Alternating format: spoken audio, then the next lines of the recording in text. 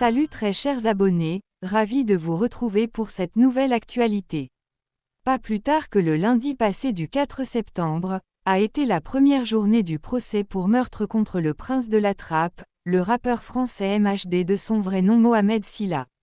Dans cette nouvelle vidéo, nous allons vous décortiquer ce qui a été dit tout au long du procès de cette première journée, notamment les éléments à charge et à décharge du rappeur. Pour ceux qui nous suivent pour la première fois, n'oubliez pas de vous abonner, d'aimer et de commenter. Lors de cette première journée, la présidente a évoqué les éléments à charge, c'est-à-dire les éléments qui prouvent que le rappeur MHD est coupable. Les voici. 1. Il y a trop de plaies sur le corps de la victime Loïc K. Cela sous-entend que le rappeur a peut-être participé au meurtre. 2. Les images captées par les caméras de Paris ainsi que les caméras installées par un restaurant et les caméras de la ville de Paris permettent d'identifier le rappeur. 3. Plusieurs témoins affirment avoir vu le rappeur MHD dans le véhicule lors du crime. 4. Des pistes audio permettent d'identifier le rappeur. 5. Les empreintes ADN du rappeur ont été retrouvées dans le véhicule qui a été utilisé lors du crime et ces ADN marchaient avec un ADN trouvé sur le lieu du crime. 6. Des signes distinctifs permettent d'identifier le rappeur.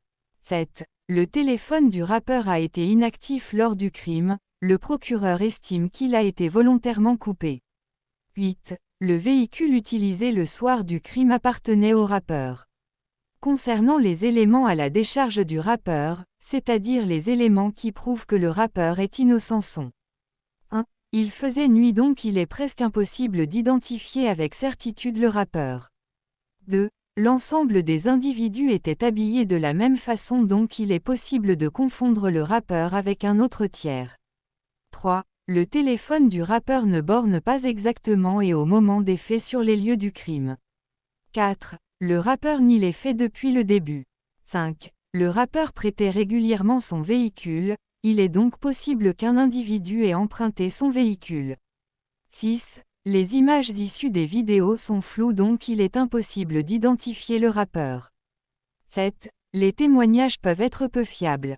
8. Même si le rappeur est identifié sur la scène de crime, rien ne prouve qu'il a porté des coups à la victime Loïc K. Telles ont été les charges et décharges du procès pour meurtre du rappeur MHD, qui va durer du 4 au 22 septembre 2023. Alors tout espérant que ces éléments vous ont donné une idée fixe des choses qui sont reprochées au jeune rappeur. Dites-nous ce que vous pensez de ce procès. Si vous étiez à la place du juge, quel serait votre jugement? D'après les éléments de charge et de décharge du rappeur. Merci d'avoir suivi, abonnez-vous pour la suite de cette affaire sur Influence TV. À bientôt.